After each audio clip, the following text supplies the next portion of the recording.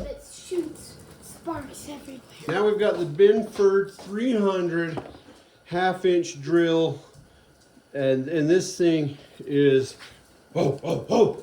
so powerful.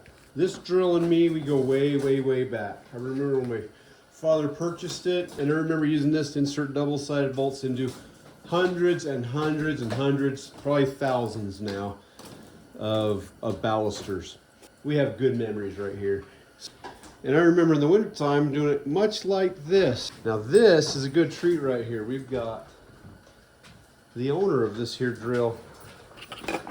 Hey, how are you? Good.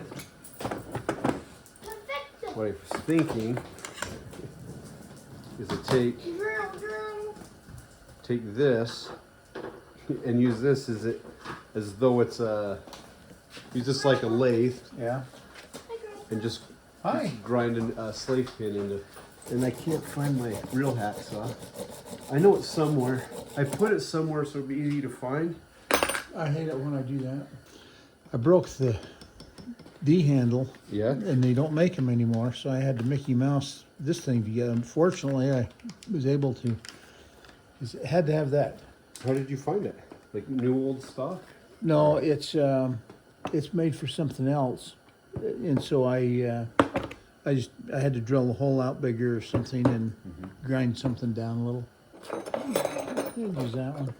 Oh yeah, there we go. I wonder if that's got the same. And then I would move it. I wouldn't keep it in one spot. Are these all great grandpas? Yeah.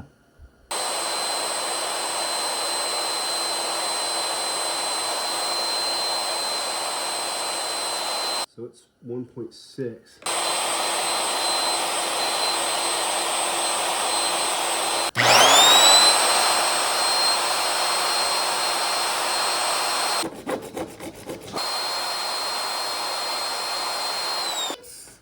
Somebody asked me if I had a file card, and I said, yeah, I had a 3x5 in my pocket. Oh yeah. So I handed it to him, and they said, no.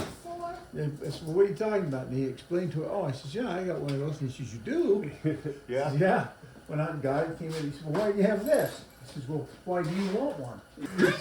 so I can claim the file. I said, well, there you are.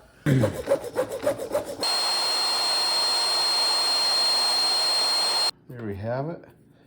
We've got the slave pin made out of a threaded brass rod from a toilet. So you never know when those things are going to come in handy or what you can do with it. I got to watch Uncle Jim's video one more time. I believe this goes right into there. And we take this slave pin right here. Yeah, that took 2 hands.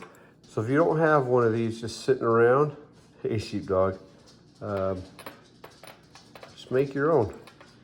If you can, try find some scrap around the house and see what you can do. Without that, man, that would just be a pain in the butt. Just big shout out to my dad, appreciate his help. It was a very nice surprise having him come over while I was doing that. Thanks to Uncle Jim for kind of directing me to this trigger assembly right here.